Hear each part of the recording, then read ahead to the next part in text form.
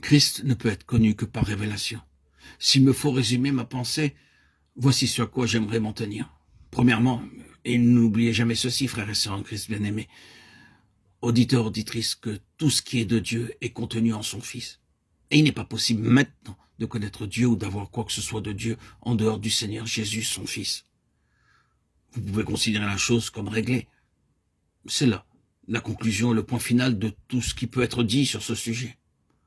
Deuxièmement, il n'est pas possible de connaître quoi que ce soit de la plénitude que Dieu a en son Fils ou de participer en quelque mesure que ce soit, à moins que le Saint-Esprit nous en donne la révélation intérieurement. Il faut que ce soit un miracle accompli au-dedans par le Saint-Esprit. En dehors de cela, il n'y a aucun espoir pour personne de pouvoir connaître de ce que Dieu a inclus en Christ. Là encore, nous ne faisons que résumer l'évangile selon Jean. Qu'avons-nous en effet au centre de cet évangile, si ce n'est un homme né aveugle? Il n'a jamais vu. Il ne s'agit donc pas pour lui de recouvrer la vue, il faut qu'elle lui soit donnée. C'est ici que tout commence. Pour cet homme, ce sera un monde entièrement nouveau quand il verra. Quoi qu'il ait pu supposer, deviner ou imaginer, quels que soient les efforts faits pour lui décrire les choses, le fait de voir quand il se produira sera pour lui un commencement absolu. Ce sera un miracle, au sens le plus complet du mot, produisant un monde entièrement nouveau. Quand il verra vraiment tout ce qu'il a pu se représenter du monde et de ce qu'il renferme, se révélera bien au-dessous de la réalité. On ne pourra jamais rien voir, sauf par un miracle accompli au-dedans. Premier point donc, tout ce qui est de lui, Dieu l'a enfermé en son Fils. Quant au deuxième point, personne ne peut en connaître quoi que ce soit autrement que par révélation. Personne ne connaît le Fils si ce n'est le Père, ni personne ne connaît le Père si ce n'est le Fils, et celui à qui le Fils voudra le révéler. Matthieu 11, 27. La révélation ne peut venir qu'en vertu du Fils.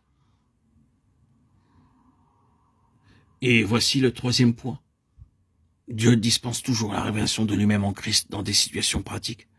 J'aimerais que vous saisissiez cela.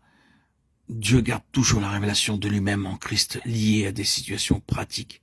Ni vous, ni moi, chers amis, chers auditeurs et auditrices, ne pouvons jamais avoir une révélation si ce n'est en relation avec quelque nécessité. L'obtenir à titre de simple renseignement est impossible. Ce ne sera alors que de l'information. La révélation est autre chose. Dieu nous placera, vous et moi, dans des situations telles que seule une révélation de Christ pourra nous aider et nous sauver. Remarquez, frères et sœurs, que c'est dans des situations pratiques que les apôtres ont eu leur révélation pour l'Église. Ils ne sont pas réunis autour d'une table dans le but d'élaborer un plan doctrinal et pratique à l'intention des assemblées. Ils sont mis à l'œuvre et ils se sont heurtés ici et là à des situations désespérées qui les attendaient, pressés par les situations, souvent jusqu'à la détresse. Ils ne pouvaient qu'aller à Dieu et recevaient alors la révélation libératrice. La révélation de Christ dans les extrémités, dans les épreuves, pourrions-nous dire, extrêmes. Voilà le moyen de garder Christ omniprésent dans notre vie. C'est le seul moyen qui le rende réellement vivant pour les siens et que le Seigneur nous éclaire dans les révélations qui se dévoilent à nous. Alors, le Seigneur n'apparaît plus à nos yeux comme une théorie d'ordre mental, intellectuel, mais il est vivant, il se révèle à nous.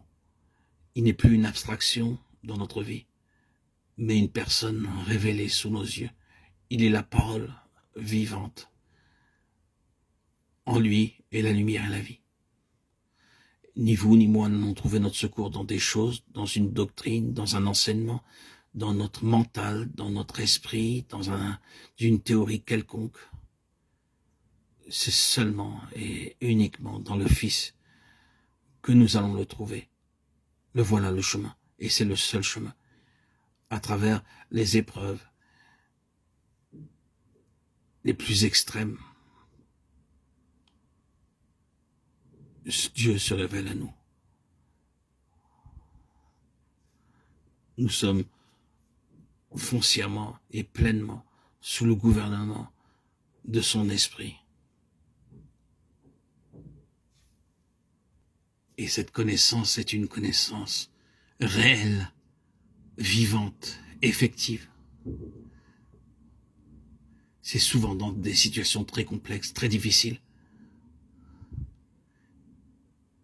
que Christ se révèle à nous.